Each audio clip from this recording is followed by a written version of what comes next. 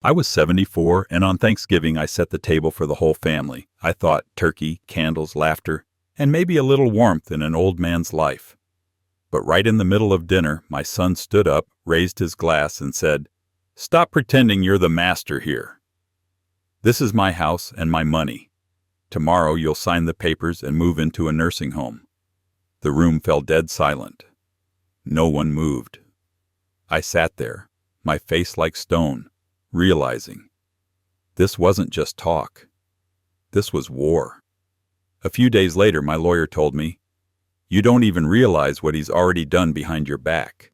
And just a week later, my son was sentenced to life in prison. But for what?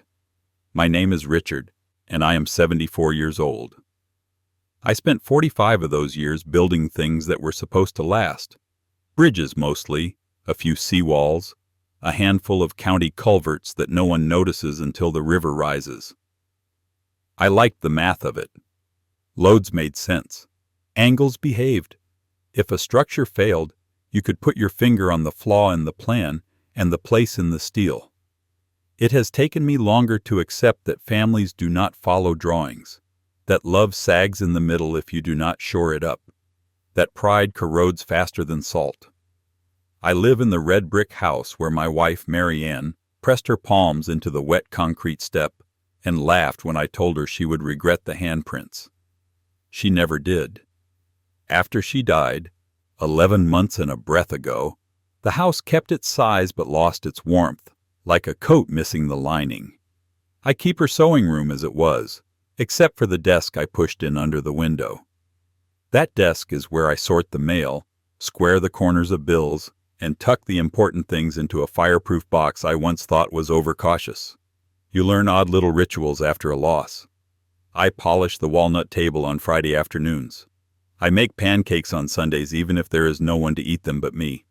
I say goodnight to the wedding picture on the mantel so the silence says it back. I am a grandfather to two, Luke, 12, who is earnest and literal, and Lily, 10, who treats paper like it holds souls if you fold it right. They come on Wednesdays and sometimes on Saturdays when their parents are busy, which is a word adults say with their lips tight. Luke keeps his sneakers by the back door, neatly aligned, and checks the weather like he is in charge of it.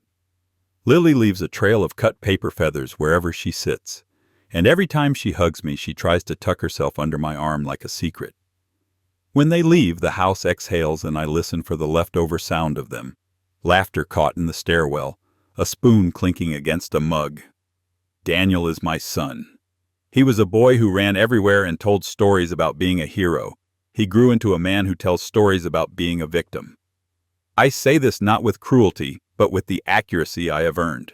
I paid for school and then for the semester he threw away. I fronted the down payment because it is only until the order comes in, and then I fronted the bridge loan because it is only until the next quarter. There were justifications like weeds, sprouting in the cracks, market conditions, partners who lied, banks that tightened. He has his mother's eyes and he used to have her gentleness, but somewhere along the way he decided money could stand in for love if you kept it flowing hard enough. I am not naive. I know I helped build the cage. Every time I slid across a check with my name in the corner, I placed another bar. I told myself I was keeping peace, buying time, protecting the children from worry. Engineers love compromises, and I mistook compromise for care. Mary Ann would frown when I reached for my wallet, and sometimes she would say, "Richard, love is not bailing people out. It is teaching them how to swim." After she fell, I was left with her frown without her voice. The house became very organized and my heart less so. I have tried to be the kind of grandfather who keeps small promises. I show up early. I fix the bicycle seat twice if the first time creaks. I keep the good crayons in a tin where little hands can reach. When I cannot sleep, I read the books Lily leaves half-finished on my coffee table and dog-ear the pages so we can find our place in the morning. I am not sentimental, but I am deliberate. There is a difference. This is the man I was at the start of that November week. I believed in clean tablecloths, in careful plans, in quiet rituals that hold a house together. I set the table for Thanksgiving because that is what I do, and because some part of me believed if I laid out the forks straight enough the day would behave. I did not know that the person I had spent years rescuing was already building a structure around me with forged signatures and staged kindness. On Thanksgiving Day, the candles on the table burned steadily in Mary Ann's brass holders. The house smelled like turkey and sage. The parade was muted on the television in the living room. I had set the table that morning. The harvest runner, blue rim plates, Lily's paper place cards, the chipped gravy boat turned so the chip faced the wall, knives lined up with the edge of the chargers. It looked like any other year, but no one was enjoying it. Luke stared at his plate. He used his fork to cover the green beans with sweet potato. He is careful by nature. Seeing him make a mess told me he was trying to hide his discomfort. Lily held her fork upright. Her hand shook enough to rattle the water in her plastic Thanksgiving cup. She was trying not to cry and was waiting for a cue from me. Kelsey wore a controlled smile. Her dress and hair were businesslike. Her leather tote sat on the chair beside her.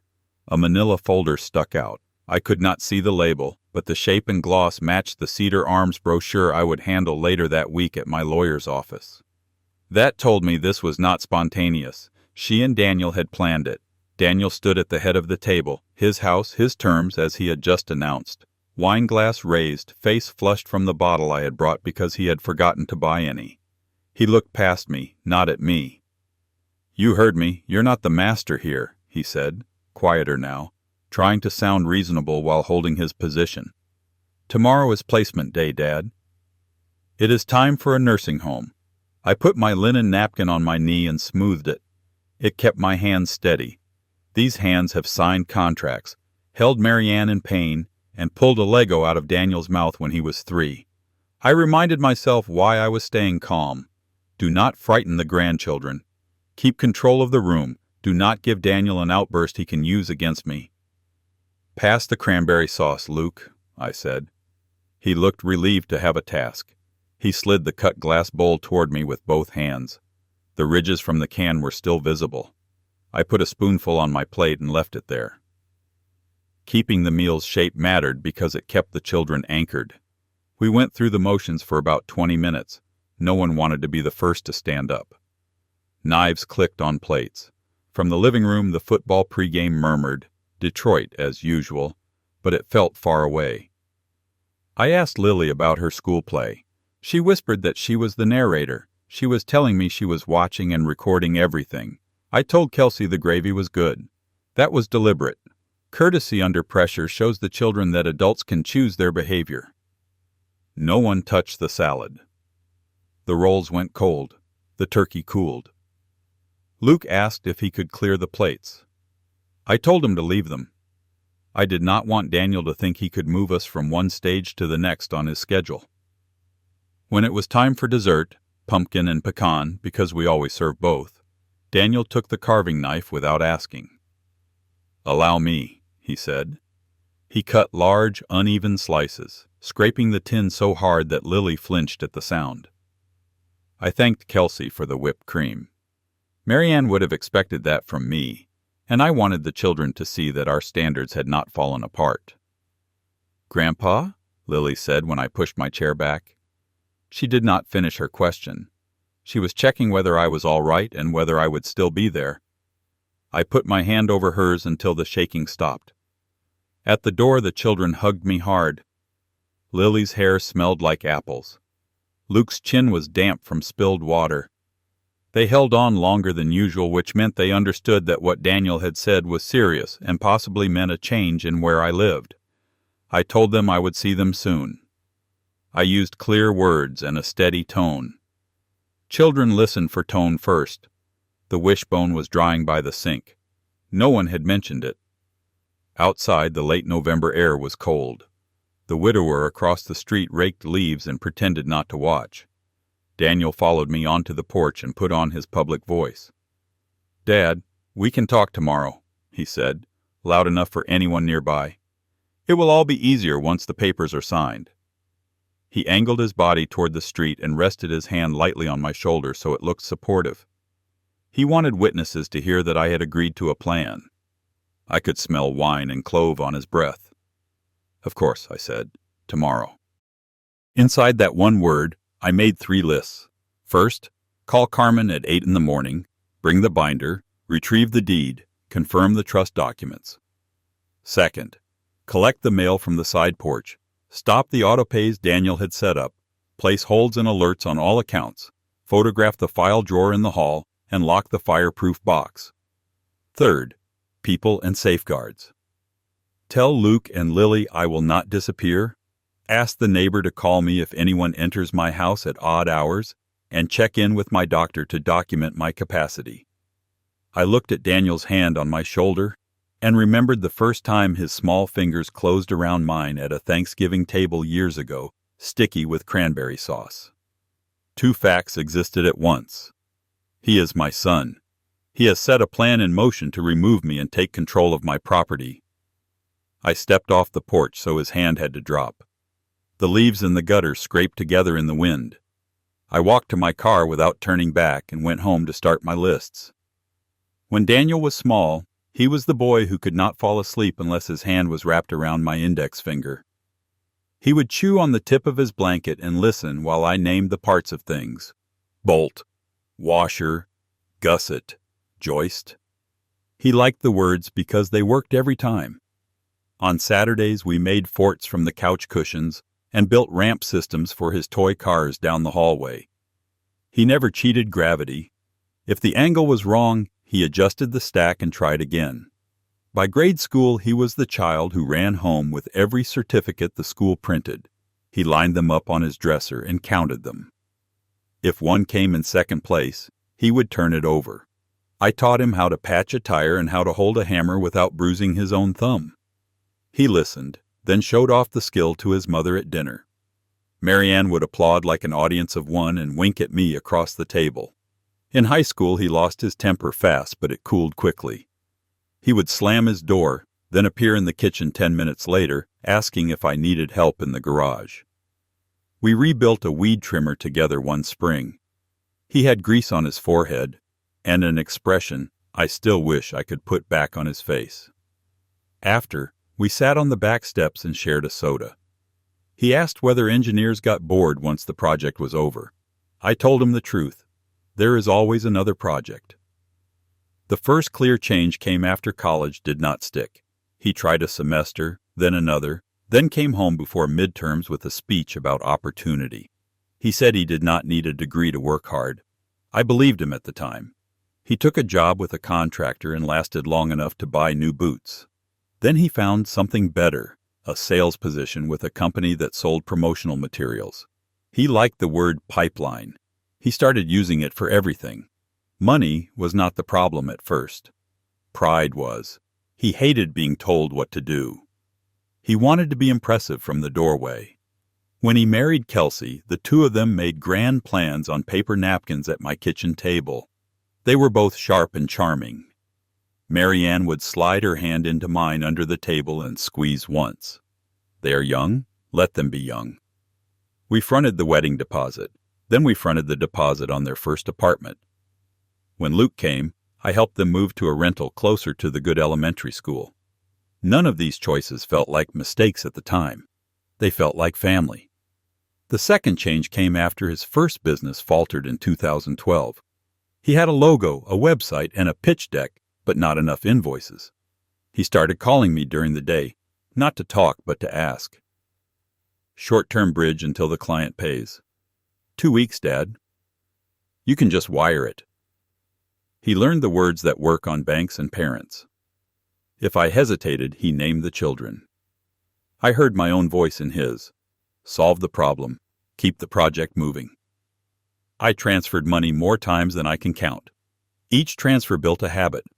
After Lily was born in 2015, Daniel became more careful with his image and less careful with the truth.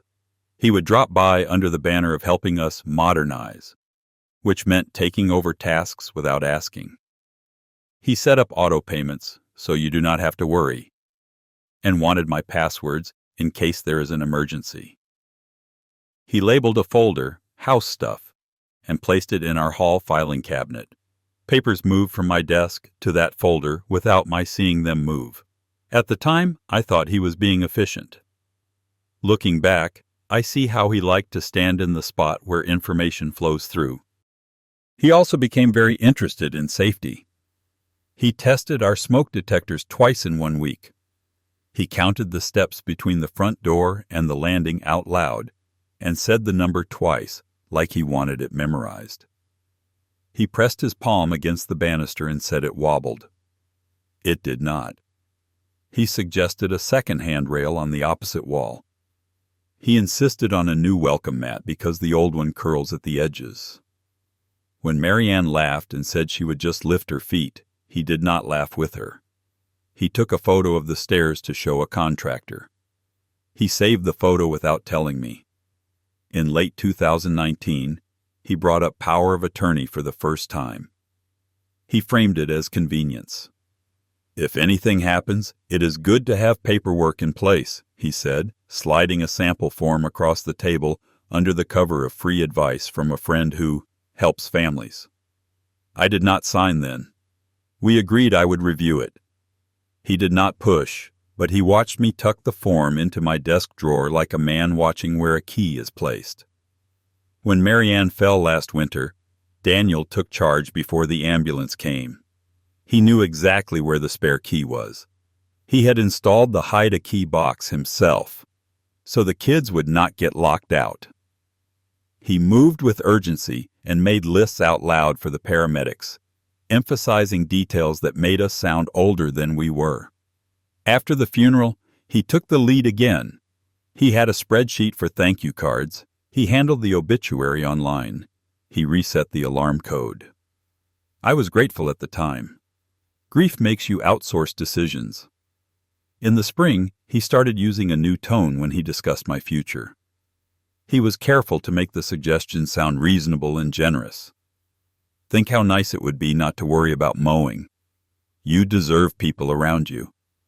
Twice, instead of talking in front of me, he talked across me to Kelsey in the kitchen like I was not there.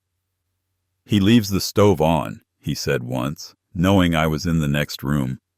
I walked in and turned off the burner that had been on low, keeping the kettle warm. He smiled and said, "Just being safe, Dad." He also started keeping receipts on his phone in a folder he showed me when it helped his point. I covered the roof repair. I paid for the plumber. I checked my records. In most cases, I had reimbursed him or paid the vendor directly. When I told him that, he said I was confusing jobs. He offered to organize my paperwork so we do not have crossed wires. I said yes because I wanted the argument to end. In early autumn, he left a brochure on my kitchen counter tucked into the grocery circulars. Cedar Arms. The cover showed a woman playing cards with someone who could have been her granddaughter. When I asked why it was there, he said, "Just research." He asked me if I liked my doctor and whether I might prefer a doctor who comes to the house and gets the paperwork done faster. He said the other doctor writes letters families find helpful. I told him I did not need any letters.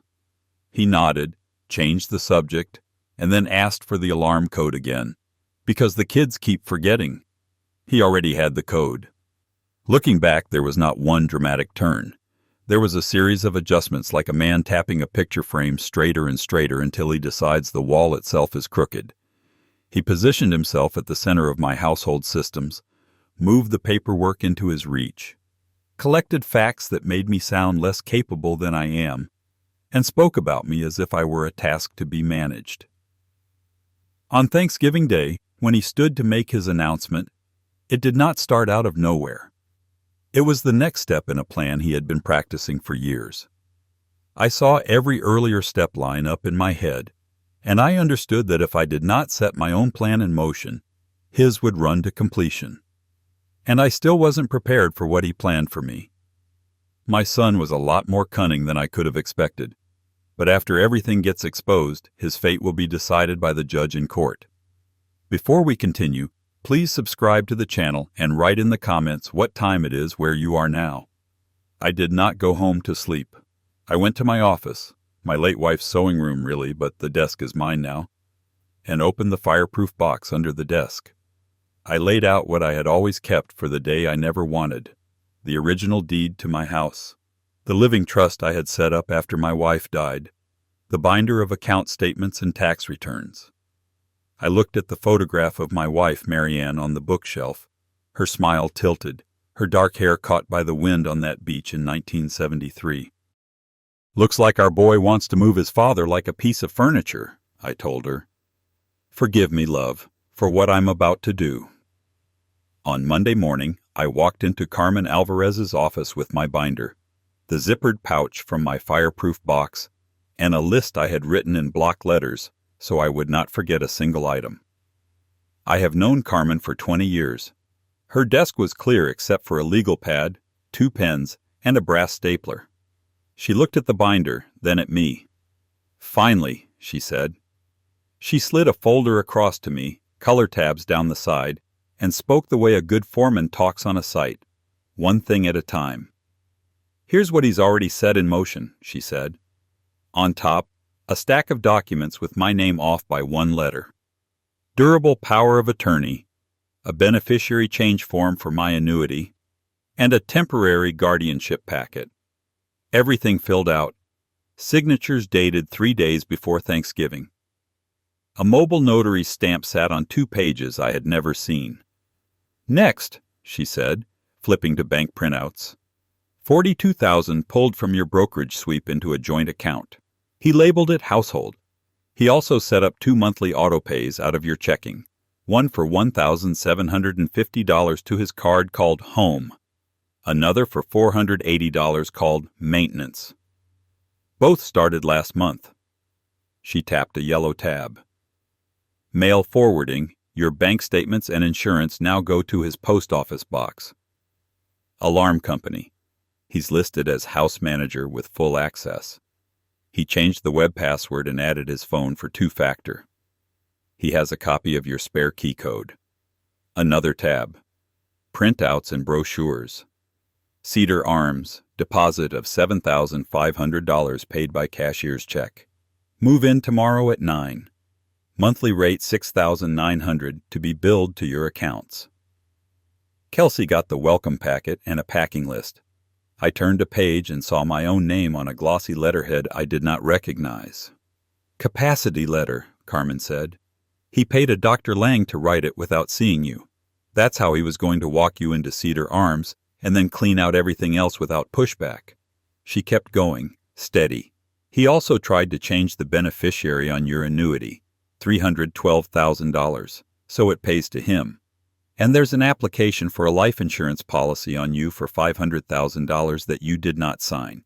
He uploaded a copy of your driver's license. The signature doesn't match your passport. He was planning to use the guardianship packet to explain any mismatches." She slid over a single sheet with bullet points in Daniel's handwriting. His budget. House. Market value about $600,000. No mortgage. He's got a realtor penciled in for a pre-listing walkthrough Wednesday at 5. After placement, he lists, "Sell house quick for $580,000, cover dad's first 6 months at $41,400, pay realtor fees, reimburse expenses to himself at $50,000, net to savings around $460,000. He's already shopped a bridge loan to himself against that number." I felt my jaw tighten. She let the numbers hang in the air. Then she flipped to the last tab. Packing crew called Gentle Hands scheduled for tomorrow at 11 to box essentials and move them to Cedar Arms. 2 framed photos, Bible, 3 changes of clothes. He also asked the facility if they allow restraints if he resists. They wrote back yes, with a doctor's order. My hands closed on the arms of the chair. Marianne had died at home. I had changed her sheets and wiped her brow. The idea of strangers strapping me down made my chest go cold. Carmen watched until my breathing evened. Then she outlined the day the way you outline a kitchen remodel, step by step, no fluff. "Here's how we shut this down. At 9:30, you go to your doctor for a short capacity check and a letter that you manage your own affairs. At 10:30, you go to your main bank branch with me, set in person only for wires and transfers, remove authorized users, cancel the auto pays, and put alerts on every account.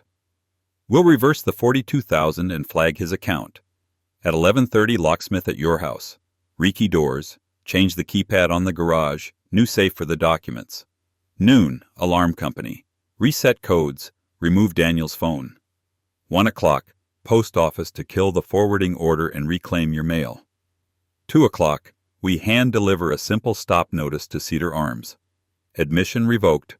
No charges authorized. Do not accept anyone on your behalf. We also call gentle hands and cancel the job. While you do those, I'll file the basic paperwork so no one can move you or touch the house without your signature. She slid me a short script printed on half a page. Tomorrow morning, you go to Daniel's like he planned. My investigator will come as the notary. Your only 3 lines are these. All right, show me where to sign.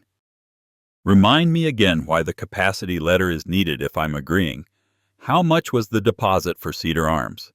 Say only that or nothing, she said. If he offers you tea or anything to drink, leave it. If he tries to have you sign stacks, you say your hand cramps and you need to sit. We'll have a second recorder under the fern. He and Kelsey will fill the silence. I nodded. What about the house? I asked. Carmen pulled a clean sheet and wrote 3 numbers.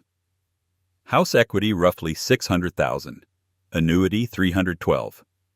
The insurance he's angling for is $500. Total target value north of $1.4 million, plus your monthly income. That's the picture. He's not improvising. He's executing a plan. She gave me 3 assignments. Bring me your driver's license and passport so we can show your real signature. Bring your last 2 months of bank statements and the binder, and call your neighbor, the widower with the lab. Ask him to keep an eye out for anyone at your door today and tomorrow. Text him my number. She paused. One more thing. Tonight, you sleep at home. You eat. You put the documents back in the safe. You answer no calls from numbers you don't recognize. If Daniel texts, keep it short and neutral. We need him confident enough to show up tomorrow and talk. I looked at my hands and thought of practical things. Lily's small palm in mine when she is nervous. Luke's bike seat wrench in my toolbox. The spare house key I would move from the porch box into my pocket. On Carmen's credenza, her kid's Halloween photo leaned against a plant. On the desk, the Cedar Arms brochure showed a staged smile.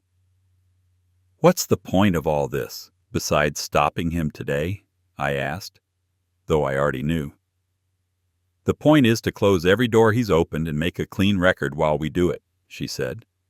After that, the rest will take care of itself. We made 3 calls. The first was to Detective Marla Chen, Financial Crimes.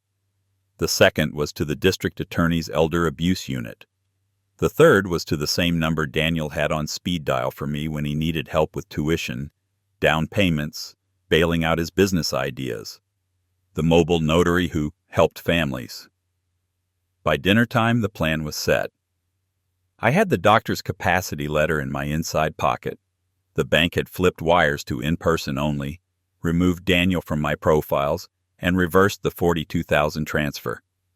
The doors were rekeyed, the garage code changed, the alarm reset with his number deleted. Cedar Arms received my revocation, and I canceled the packing crew. Carmen's investigator prepped the notary kit and gave me 2 recorders. We drilled my 3 lines and the code words, text weather if I needed a rescue call, home by noon or they would send police. Before bed, I staged the morning.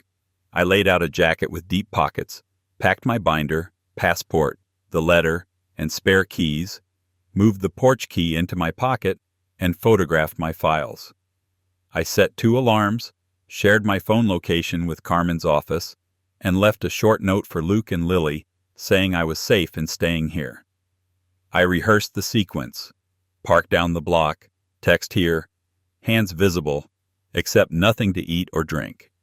At 8:58 I parked 2 houses away, started the recorder and texted here. Owen sat at the island with a notary journal and a neat stamp already in place. Kelsey opened the door, hugged me hard and steered me inside. Her perfume was all gardenia. "This is for the best," she said, guiding me to 3 stacks of papers and 2 uncapped pens. I nodded, kept my answers to the script, and took my seat. Daniel had arranged everything on the kitchen island, where we used to build Lego castles and get frosting everywhere when Mary Ann baked. Now there were tidy piles, forms in protective sleeves, capped pens, a legal pad of bullet points. A notary stamp sat beside the pie server like they were equally domestic tools. The notary was not a notary at all, of course. He was Investigator Owens from the DA's office with a very convincing stamp. "Dad," Daniel said, adopting a tender tone that would have soothed me when I was younger and he was smaller, "I know this is hard. But Cedar Arms is the right place. They have activities and supervision. No more worries." "No more worries," I repeated. If you had asked me, 20 years ago, what might turn my son into a man who would replace his father with a monthly draft, I would have blamed money itself, something in it that colonizes a person's bones. But as he leaned forward to tap where to sign, I saw it was fear. He was afraid of living without the life he had built on my back. Fear makes cowards. Cowards make plans. I picked up the pen. "Remind me," I said, looking at the guardianship documents, "why we need the capacity letter if I'm agreeing." "Procedure," he said quickly. "Just sign." "In a moment." I set the pen down and folded my hands. "Tell me again about the deposit for Cedar Arms." "It's paid," he said. "Non-refundable." "Such a pity," I said. A small recorder sat in the flourish of Kelsey's fake fern. I was not there for papers. I was there for his mouth. "So, after Dad's in," Kelsey said, trying for casual, "we can deal with the house. There's a bridge loan ready, if we list by Christmas." Daniel cut her off with a sharp look. He turned back to me and tried the soft voice again. "Want some tea, Dad? You seem worked up." "Tea would be nice," I said. He turned his back. I watched him open the right-hand drawer without looking, the muscle memory of someone who had hidden something there and reached for it often. He shook 2 white capsules into his palm and dropped them into a mug before he filled it with boiling water. When he set the steaming mug in front of me, I lifted it, inhaled, and set it down again. "Smells odd," I said. "You always think my tea smells odd," he said, smiling in a way that showed too many teeth. "True," I said. I took the other mug, the one he'd set by his elbow without doctoring, and slid the drugged one back toward him with a practiced tremor. "Cheers." He didn't drink. Cowards plan. Cowards hesitate.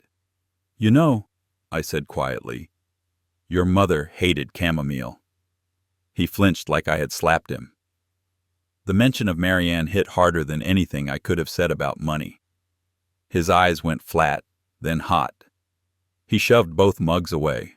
One tipped and sloshed tea across the island, the other rocked in a wet ring.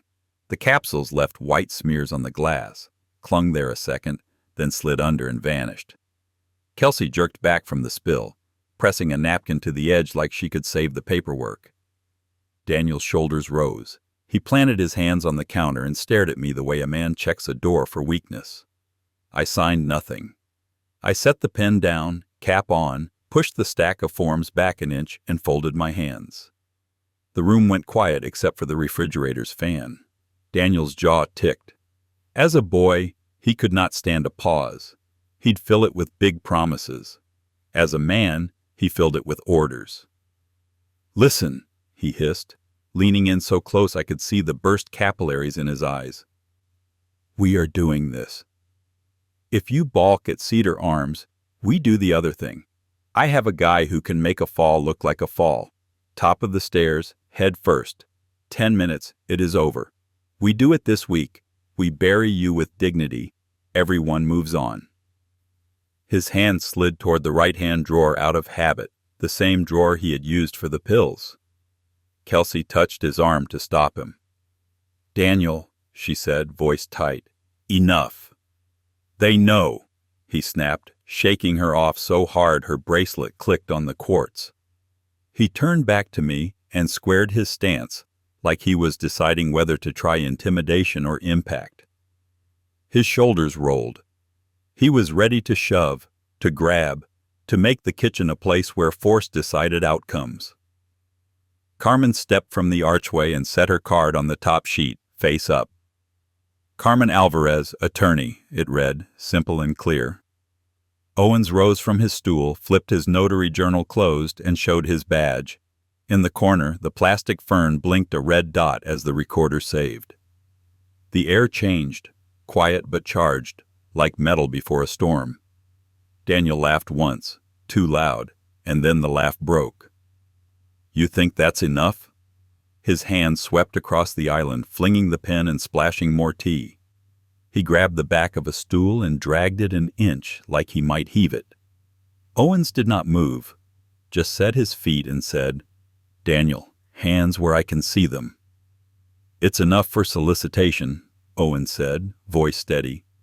"It's enough for attempted poisoning. And with your texts and deposits, it's more than enough for conspiracy." Daniel's eyes flicked to the back door. He went for it in a blur, shoulder down, stool skidding, his hips slamming the drawer shut on the way past. He fumbled the deadbolt, threw the door wide, and sprinted for the yard. He cleared the threshold, hit the wet deck, and kept going, elbows pumping, head low like he could run through a fence if he had to. He did not make it to the fence. Two plainclothes stepped out from the side gate at the same time Owens hit the deck behind him. "Daniel, stop!" one barked. Daniel wheeled, fists up for a half-second like he was ready to swing at anyone between him and the street. Then Owens closed the distance, pinned one wrist, and turned him clean to the siding. The neighbor's dog barked. Kelsey pressed both hands to her mouth. The cuffs clicked. Daniel bucked once, twice, testing whether fight could still change the outcome. It could not. My hopes in my son slowly vanished. I still wanted to believe that everything was a simple dream. But the reality became even worse when I saw the proofs of his crimes in the court. A week later, the courtroom was cold enough to keep people awake. Fluorescent lights hummed. The clock over the judge's head read 9:12. I sat on the second bench behind the prosecutor like Carmen had told me to, my hat in my lap, my knees touching the wood in front of me. To my left, Detective Chen had a banker's box with tabs. To my right, Carmen kept a hand on my elbow when I forgot to breathe. Kelsey sat 3 rows back, hair perfect, hands clenched around a wad of tissue until the skin went white. In front of us, the pitcher of water sweated onto a paper napkin. The stenographer checked the paper roll, clicked a fresh strip into place, and nodded to herself like a mechanic finishing a tune-up. They brought Daniel in wearing county orange and a look he thought made him taller. Ankles shackled, wrists cuffed at his waist, he scanned the room hard, found me, held my eyes, and let his mouth curve like he still had a card to play. When the bailiff said, "All rise," he did not. The bailiff touched his shoulder, and he stood then, jaw flexing, like every order cost him something. The judge read the basics in a voice that had flattened 1,000 dramas. "Do you understand the charges?" she asked. Daniel said, "I understand you think you have something loud enough to carry." The judge flicked her eyes to the prosecutor, who didn't bother with a speech. She walked to the screen and clicked play. The first audio was the kitchen, our kitchen table knife scraping the pie tin the day before, then the next morning at Daniel's Island. His voice tight. "If he balks at Cedar Arms, we do the stairs." My voice steady. "How much was the deposit?" Kelsey's whisper. "Daniel." Then the scrape of a stool, the splash of tea, the hiss in his throat that used to precede a tantrum when he was 4. The room shifted around us. You can feel when a group understands something at the same time. The second audio was under the highway. Daniel in his SUV, heater fan ticking, that dead echo you get under concrete. "Make it clean," he said to the undercover. "No blood." Top of the stairs. "He's old. It won't take much." An envelope rustled. 12,000 now. 12 after paper slid. Keys jingled. The judge watched the waveform crawl across the screen, face unreadable. Kelsey made a small sound and bit it off. The prosecutor did not pile on. She set 3 things on the rail like items in a hardware store. The Cedar Arms brochure with restraints authorized highlighted, the budget sheet in Daniel's handwriting with "Sell house quick" and "Reimburse 50,000" circled, and a printout of my annuity summary with a handwritten arrow to beneficiary pending change. She added a single-page flyer for Haven Bridge and said, "He owns it," without looking away from Daniel. Carmen had found the filing the night before, a shell company with Daniel's second phone number on it. He was going to sell my house to himself at a discount and call it a blessing. Daniel's knee bounced. The chain at his ankles clicked, sharp, regular. He tried a little laugh and it came out wrong. "That's your big show?" he said, aiming it at me, not the judge. "You think you know what I was doing?" The prosecutor didn't answer.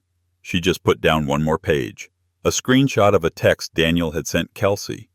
"Reschedule tech, detector," followed by a photo of the upstairs smoke detector on our landing, the battery drawer hanging open. He blinked. The fight in him tilted. He looked at the judge, then at me, then back at the judge.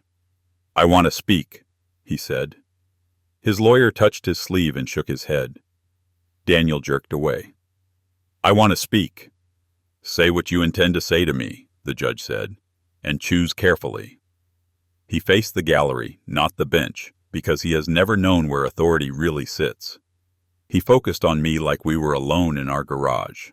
He swallowed, and when he started, he did not stop to breathe. "You were never going to sign," he said. "I had to move before you locked me out." Cedar Arms was step 1. Park you somewhere with doors that lock. I had the private room, the wristband, the bill set to your accounts. That buys time. Gentle Hands packs your favorites so you calm down. While you're there, the locksmith changes your house locks and I list the place. Not on the open market. Haven Bridge buys it clean for $580. We avoid inspection. I fix and flip it for $690 later. The annuity hits my account because I changed it before the holiday, and the insurance pays double if it looks like an accident. He paused, wet his lips, went on, faster now. If Cedar Arms didn't stick, we had stairs. Or the space heater. I ordered one and left it in the hall closet. The rug at the landing? It slides if you pull the pad. You take a fall, no one blames anyone. I already told the neighbors you were leaving the stove on. The smoke detector? You hate the chirp. You pull the battery yourself. I fixed the narrative. You always taught me to plan the job before the pour. My hands went cold. Carmen's grip tightened on my elbow, enough to remind me I was sitting on a bench and not on those stairs. Daniel's voice dropped. "I made a will too," he said. "Yours. It needed a witness. I had someone. It put me in charge of everything with a note about services rendered. After the sale, after the annuity, after the life insurance, there were other pieces. The small accounts, the coins in the safe, the car. I had a buyer lined up to take it cash. We would move south. New school for the kids. Cheaper everything. We'd be fine." He had not said the worst. The judge watched him like she knew it. "And your mother?" she asked, quiet enough that you had to lean to hear. "Was your mother part of this planning?" Silence stole every sound in the room, the hum of the lights, the shuffling, even the breath of the man next to me. Daniel looked down at the chain between his ankles and spoke to it. "I only meant to hurry it," he said. "That day, the mat on the landing, I flipped it. I was going to flip it back. I thought it would scare you both into moving sooner. I did not think she would hit her head." He looked up at me then, and for a moment I saw the boy with the blanket and the hot little hand in mine. "I did not think." Kelsey began to cry in earnest, all the neatness gone from her face. Someone in the back swore under his breath. Detective Chen stared at Daniel like she could pin him to the floor with her eyes. Carmen's hand left my elbow and found my wrist because my fingers had locked around the bench so hard they hurt. The judge did not pound the gavel or raise her voice. She did not list statutes or give a speech. She looked at the man in front of her the way you look at a section of rotten wood you are about to cut out and replace. "You are done," she said. "Take him." The bailiff moved first. The chain scraped, the cuffs clicked, and Daniel lurched once like he might throw his shoulder into the nearest body to make one more path where none existed. The deputy on his left turned him clean and sure, the way you turn a wrench just past snug so it will not work loose. He looked for me again as they steered him toward the side door. I did not stand. I did not nod. I did not look away. When the door closed behind him, the room exhaled. Kelsey covered her face. The prosecutor capped her marker and set it down. Carmen let go of my wrist and handed me my hat. I put it on because I needed something to do with my hands. Outside, the air was bright and cold. I called Luke and Lily from the sidewalk and told them the simple truth in a steady voice. I am here. I am coming home. We will eat pie for dinner. That afternoon, after Daniel waived his right to trial and entered a guilty plea, the judge sentenced him to life in prison. That night I kept my word and fed the children pie for dinner. We ate at the kitchen table with the overhead light on bright. I cut the slices even. Luke asked if it was okay to have seconds. I said yes. Lily asked if it was okay to be happy. I said yes to that too.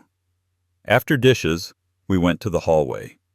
I took up the rug on the landing and rolled it tight. I screwed a fresh battery into the smoke detector and tested it 3 times so they could hear it work. When I tucked them into the guest room, Lily asked the question adults circle around. Is Daddy bad? I told her the simplest true thing I could hold steady in my mouth. He did bad things, and the court will keep people safe. Our job is to take care of each other. She nodded because children take what you give them if you give it plainly. Luke asked if they could keep coming on Wednesdays. Every Wednesday, I said. When the house went quiet, I took the old boxes down from the closet shelf and sorted what to keep.